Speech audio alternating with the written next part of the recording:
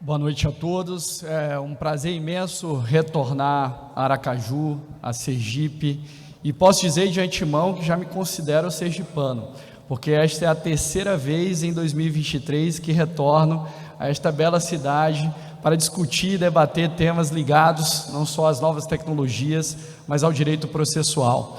Parabenizo a OAB por este brilhante evento, muito bem organizado, na pessoa do nosso presidente, doutor Daniel, também da querida amiga América, e cumprimento a mesa, na pessoa do nosso presidente Fábio, dos professores Nestor e da professora Sabrina. Bom, eu começo as minhas considerações, lembrando que nós vivemos um contexto completamente diferenciado e que modifica sobremaneira as relações intersubjetivas.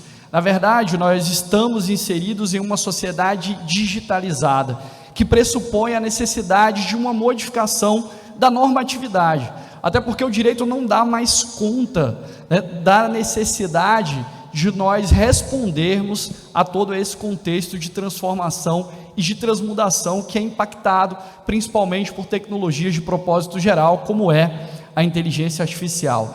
É necessário que nós pensemos, enquanto juristas, operadores do direito, que há necessidade não apenas de repensar institutos clássicos e tradicionais, mas de refundá-los sob a ótica da necessidade de dar respostas eficientes, dar respostas que possam de fato servir inclusive ao aperfeiçoamento técnico profissional e ao exercício adequado da advocacia. Vivemos uma era do chamado Homo Digitalis, como já destaca o professor Thomas Vest.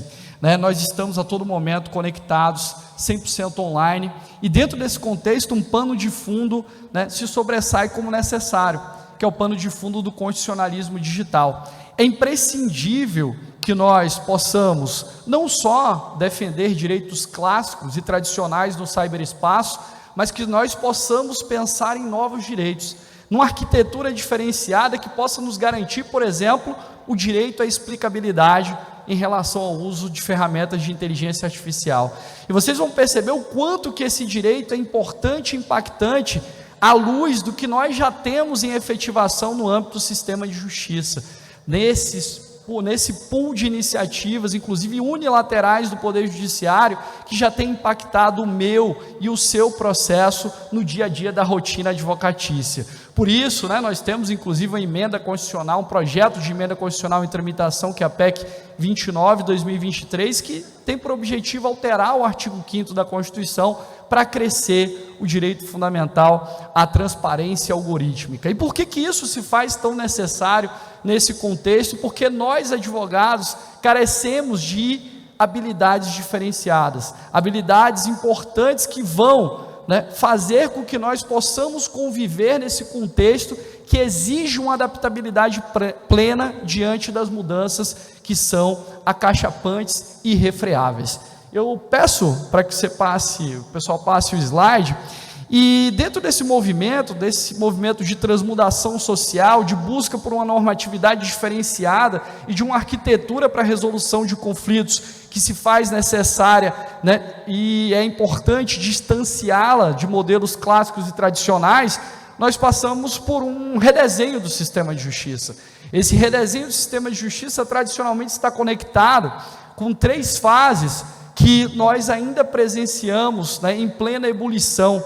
Uma primeira fase que envolve a digitalização, a utilização do processo na sua forma eletrônica, que não significa transpor para as plataformas digitais sistemáticas e metodologias de trabalho que são realizadas no nosso dia a dia, no mundo físico, e que ainda tem em si o gene da burocratização. Nós temos que pensar em utilizar o processo eletrônico como uma ferramenta de otimização da estrutura procedimental. E aqui lembro que nós carecemos de problemas clássicos ainda, como o da interoperabilidade. Plataformas no âmbito do sistema judicial que não dialogam, que exigem do advogado o dever de, principalmente, ingressar em uma série de sistemas que muitas vezes são deficitários e são construídos sem as necessidades básicas do advogado e, quiçá, não detém a acessibilidade necessária para atender a grupos vulneráveis. Uma segunda fase envolve a utilização, por exemplo, da automação, programação simples, para que nós possamos movimentar processos que estão parados dentro de um determinado período, esse impulsionamento para que nós possamos vencer um dos principais problemas que maculam a razoável duração do processo, que é o tempo morto. Então nós podemos usar de programação simples, que não necessariamente estão linkadas com o uso de inteligência artificial ou da sofisticação hoje das inteligências artificiais generativas, que tem a possibilidade de criar conteúdos novos, como vídeos, textos, imagens e até mesmo dados sintéticos que são utilizados para treinamentos dessas próprias ferramentas. Mas aqui o nosso contexto é um contexto de virada tecnológica, de absorção de tecnologias disruptivas no âmbito do Poder Judiciário, de utilização da inteligência artificial, de utilização da tecnologia blockchain, de utilização da internet das coisas. E nesse processo de um sistema de justiça digitalizado, eu pergunto para todos vocês, onde está o diálogo?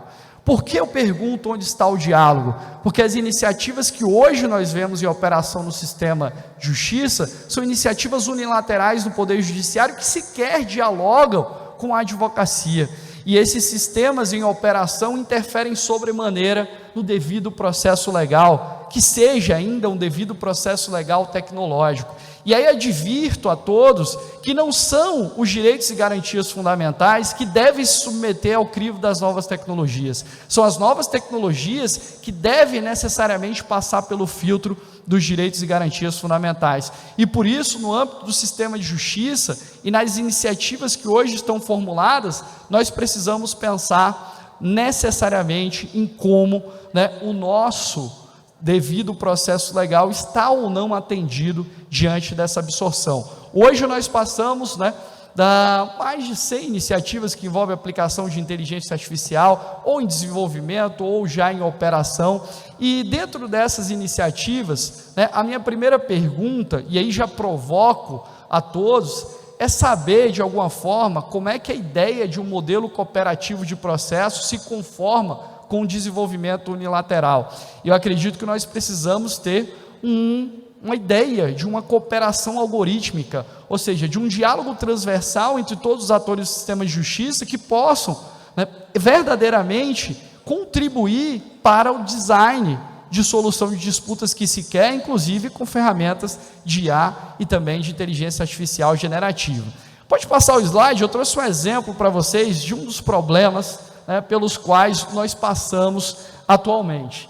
E um desses problemas envolve necessariamente a falta de transparência e a falta de explicabilidade adequada no uso dessas ferramentas. Pode passar o slide.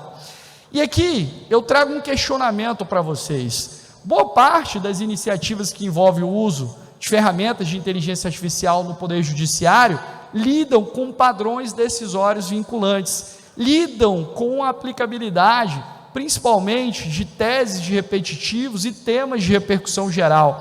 E aí pergunto e questiono a todos vocês, de que forma vocês são necessariamente informados que uma ferramenta foi utilizada ou também como se chegou a um determinado resultado. Nós não sabemos disso, nós temos ferramentas em operação no Supremo Tribunal Federal, ferramenta Vitor, por exemplo, a ferramenta Vitória, Rafa, dentre outras. Nós temos atos Sócrates no Superior Tribunal de Justiça, e o meu questionamento para vocês é o seguinte: quando, em uma determinada situação, quando em uma determinada situação, o seu processo, imaginemos que você interpôs um recurso extraordinário, o seu recurso extraordinário foi correlacionado a um tema de repercussão geral. Em que momento você foi informado que a ferramenta foi utilizada para promover essa correlação? Agora foi.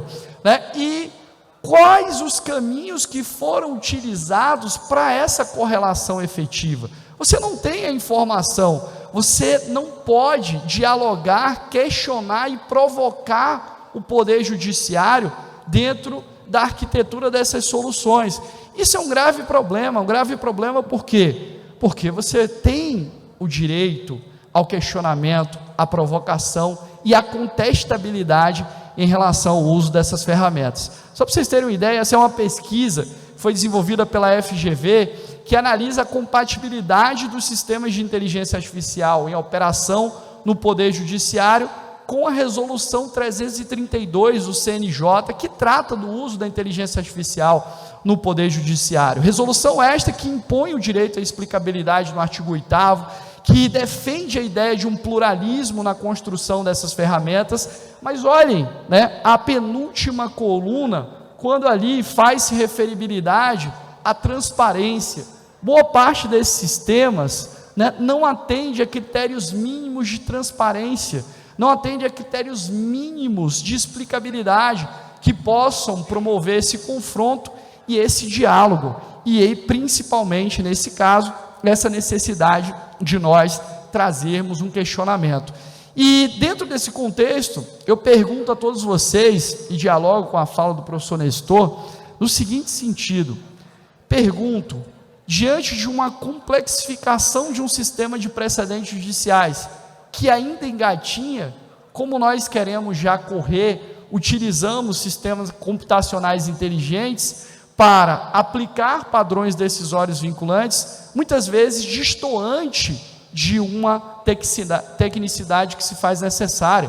Por exemplo, será que essas correlações dialogam com os fundamentos determinantes da decisão? Eu fiz um estudo e analisei que boa parte da base de dados estruturada para a formação dessas ferramentas abrange ementas, e ementas não constituem precedentes verdadeiramente. E diante desse contexto, nós podemos chegar a um ementismo tecnológico, que pode resultar em erros crassos na aplicação de determinadas decisões judiciais. Mas, por óbvio, nós precisamos e utilizamos a tecnologia, mas temos que utilizar a tecnologia dentro de parâmetros adequados para conformá-las aos direitos e garantias fundamentais. Portanto, isso me preocupa sobremaneira, e há uma preocupação também com a vulnerabilidade digital. Hoje, há um abismo claro entre os litigantes habituais e os litigantes eventuais, porque vive-se um jogo processual tecnológico, e esse abismo ele é ampliado com o uso da tecnologia, com sistemas que promovem análise preditiva e que possibilitam inclusive um controle da pauta de precedentes dos tribunais, o que faz com que a OAB precise, no seu papel institucional, intervir, dialogar e questionar o Poder Judiciário sobre o desenvolvimento dessas ferramentas. No final do ano passado, eu tive a oportunidade de palestrar no Supremo Tribunal Federal e fui convidado para falar sobre teoria tecnológica dos precedentes. E aí eu pergunto, será que nós já conseguimos trabalhar no nosso dia a dia com análise técnica do precedente? Será que nós conseguimos promover a diferenciação e o distinguish de maneira adequada? Nós sabemos analisar a modulação de efeitos, superação total, parcial de precedentes? Por óbvio, em muitas das ocasiões, não. E no próprio Poder Judiciário essa ainda é uma deficiência, é uma deficiência ainda que nos provoca a parar e entender o que de fato decidiu o Supremo Tribunal Federal nesse acordo, com inúmeras manifestações e sem uma linha convergente de pronunciamento que me dê a segurança jurídica necessária para atuar nos meus processos. Pode passar. Portanto, eu defendo que o nosso contraditório hoje ele é poliédrico. É um contraditório que envolve direito à informação, direito à participação, direito à influência na construção da decisão judicial e, por que não, direito à explicabilidade do uso dessas ferramentas, e talvez nós cheguemos ao momento de ter a instauração de um incidente de explicabilidade de inteligência artificial nos tribunais. Aqui é mais uma das ferramentas desenvolvidas em parceria com a Universidade de Brasília, que auxilia a atividade dos magistrados no controle e da aplicação dos precedentes qualificados. E diante desse contexto, até porque meu tempo já está se exaurindo, eu posso pedir para passar também mais um slide.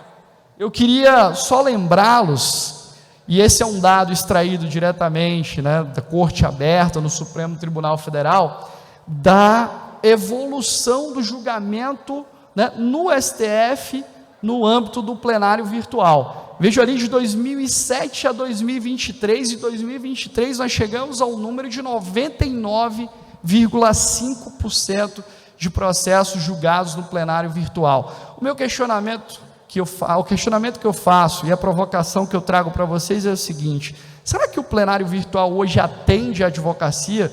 Será que o plenário virtual hoje promove uma verticalidade argumentativa suficiente para que nós possamos resolver hard cases?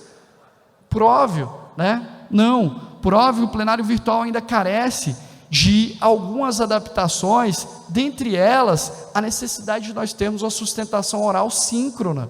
Enviar a sustentação oral por vídeo, por áudio, não significa atender a um contraditório substancial que exige de nós a possibilidade de influenciar a construção da decisão. Os caminhos são muitos, os desafios maiores ainda, e a advocacia firma os seus pés para atuar com protagonismo na defesa dos direitos e garantias fundamentais em um cenário de disrupção, em um cenário que envolve uma readaptação de habilidades, em um cenário que nos faz, né, despertar para pensar não fora da caixa, mas a quilômetro de distância dela. E pode passar mais um slide, é o meu penúltimo slide. Aqui é só meu último livro que eu lancei, chamado Teoria Geral do Processo Tecnológico, no qual algumas dessas provocações estão lá postas com o objetivo de tentar fazer com que nós aperfeiçoemos o sistema de justiça, mas não com olhar para a solução da crise numérica de processos, mas para que também tenhamos condições de ter pronunciamentos, né, e manifestações melhores no âmbito do Poder Judiciário. O último slide agora mesmo é um slide para que vocês possam eventualmente tirar dúvidas, questionamentos, e o meu contato está à disposição. Muito obrigado.